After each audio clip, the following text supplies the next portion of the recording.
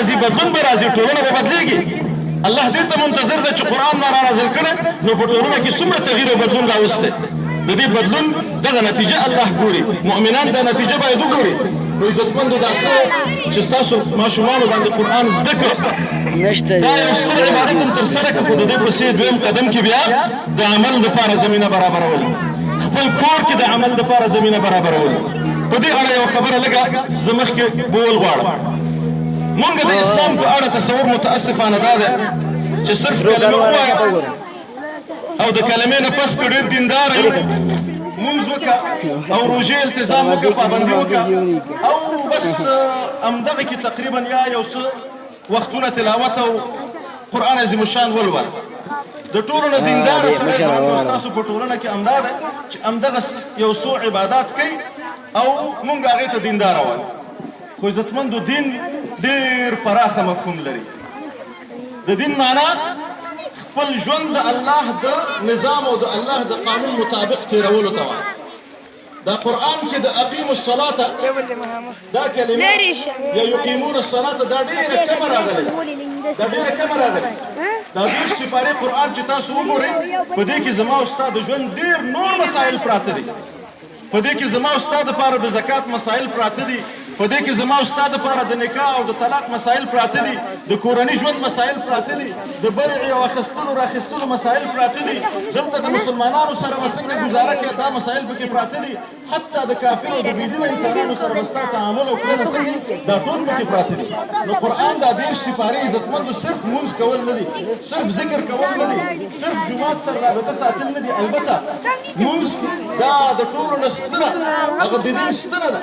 د دین ستره ده دا د اهمیت او ارزښت په خپل ځای باندې ذکر په خپل ځای باندې اهمیت او ارزښت لري تر څنګ عزتمندو د ژوند نورو مسایلو کې دین ته متوجه کېدل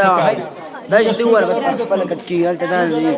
په ډېرو اساسي مسایلو کې ګوره یو طرف ته کې چېرته یقیمون الصلاة راغلی ورپسې یؤتون الزکا راغلی زکات ورکوي اقیموا الصلاة وآتوا الزکاة راغلی ما صرف دوه کړي زکات په قضیه کې مشکل لري ما درې ویډیوګانې وکړې هغه د سرمایو زکات ما درې دانې کړي زیات مطرح نه وي ځکه چې اکثره ولسونه غریب دي فقیر دي مسکین دي صاحب نصاب خلک پکې کم دي خو د عشر مسأله دلته مطرح ده د عشر مسأله دلته مطرح ده دغه څه چې موږ او تاسو کوو او دا ریبو دا حاصل چې زما کور ته راځي د دې لسمه برخه دا د فقیر او مسکین ده دا ستا نه ده دا که چېرته ته کور ته راوړې تا پردی حق کور ته راوړه پردی حق دې کور ته راوړه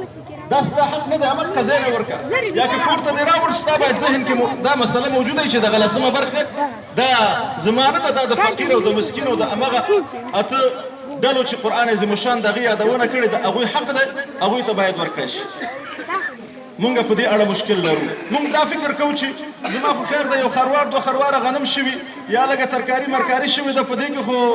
ډېر شی نه ده نو په دې کې به عشر د کمه شي زمونږ د احنافو د امام ابو حنیفه رحمه الله د هغه مذهب دا دی چې هر هغه څه چې د ځمکې نه راوځي پرته له څلورو شیانو نه چې لرګي دي واښه دي دورمې دي او دا شیان پرته د څلورو شیانو نه نور په هر څه کې چې ځمکې نه ته حاصل اخلې په هغې کې په تا باندې عشر شته نن پاکستان کې دا ستر مدارس چې تاسو ګورئ هلته د علماو یو سپورټ د همدې عشر د لارې کېده چې زمونږ محتممین یا د مدارسو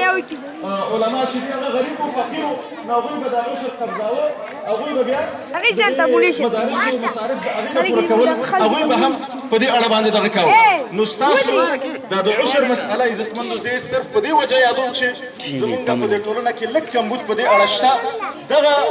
دغه حرص دغه بخل چې زما او ستا په زړه کې موجود دی د مال په اړه باندې دغه د زړه نه وباسو حدیث کې رسول الله صلی الله علیه وسلم فرمایي چې یا ابن آدم انفق علیک ای بني آدمه ته د الله په لار کې خرچه وکړه نو زه به په تا خرچه وکړم وما انفقتم من شيء فهو يخلفه الله فرمایي چې هغه څه چې تاسو د الله په لار کې څه شی نفقه کوئ فهو يخلفه الله تاته د هغې بدل درکړي الله تاته د هغې بدل درکړي دې باندې کمیږي نه ما نقص مال من صدقه یا ما نقصت صدقه من مال صدقه دا دغه څه چې ته نفقه کوې په دې باندې په دې باندې ستا مال نه کمیږي دا زیاتېږي په دې باندې حدیث کې رسول الله صلی الله علیه وسلم فرمایي چې یو مسلمان هغه صدقه او خیرات وکړي نو هغه مخکې له دې چې د غریب او د مسکین او د فقیر لاس ته ولوېږي نو د الله ید بلا کیف ته غورځېږي او الله جل جلاله هغه ستا دپاره پالي چې قیامت په ورځ ته وګوري نو ډېر خروارونه او داسې غرونو په اندازه به ستا یو وړوکی مال لکه څنګه چې حدیث کې راځي لکه څنګه چې تاسو یو جونګی یا یو د اس بچی په اصطلاح هغه پالئ او هغې نه هغه غټوئ نو الله ستا دا خیرات دقسې خپله په خپل د خپلې خوا نه ستا دپاره پالي او د قیامت په ورځ به د هغې ستر اجرونه درته درکړي نو عزتمندو په دې باندې تاسو زړونه مه دغه کوئ دا د زکات مفهوم په عربي ژبه کې دوه معناګانې لري لغت لحاظ یو د زیاتولو معنا ده او بله د پاکولو معنا زیاتولو او د پاکولو معنا او دا مفهوم هم دا ده چې په دې سره مال زیاتېږي زکات ورکولو سره دا مال زیاتېږي دا نوم د زکات په همدې دپاره ایښودل شوی چې مال پرې زیاتېږي او زکات ورته همدې وجې نه وایي چې ستا نفس د بدو صفتونو نه پاکېږي د ناوړه صفتونو نه د بخل نه د حرص نه د دنیا سره د مینې او د محبت نه دا ورسره ستا د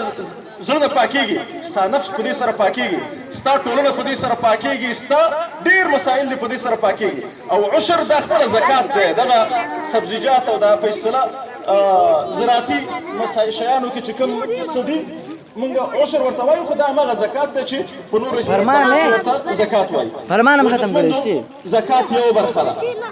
د دې ترڅنګ د ژوند نور اړخونه دي ژوند نور اړخونه چې دا ټول باید په دین باندې برابر شي دکاندار دی ستا په دکان کې هم در سره ملایکې ناستې دي هلته ستا تلې ته ملایکې ګوري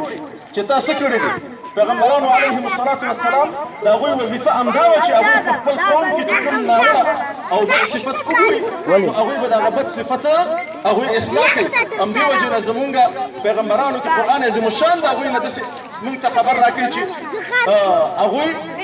د خپل قوم هغه صفت په تله کې په پیمانه کې کمښت کاوه نو پیغمبرانو هغه یادونه ورته کړې چې تاسو ولا تنقصوا المکیال والمیزان په تله او پیمانه کې تاسو کمښت مه کوئ ځکه چې الله هغه ستانه پوښتنه کوي داسې معلم دی هغه په اداره کې د ماشومانو مسؤول دی ماشومان دته سپارل شوي هغې ته قسم درس نه ورکوي وخت اخواتي ما تېروي د دې کې دین درته پوښتنه درنه کوي دا ملایکې ستا چې ناستې دي همغه د معلمۍ وظیفه دې لیکي د ژوند ټول لرې که ده جګېږم لرې که ده هلته د الله لارښوونې شته هلته د پیغمبر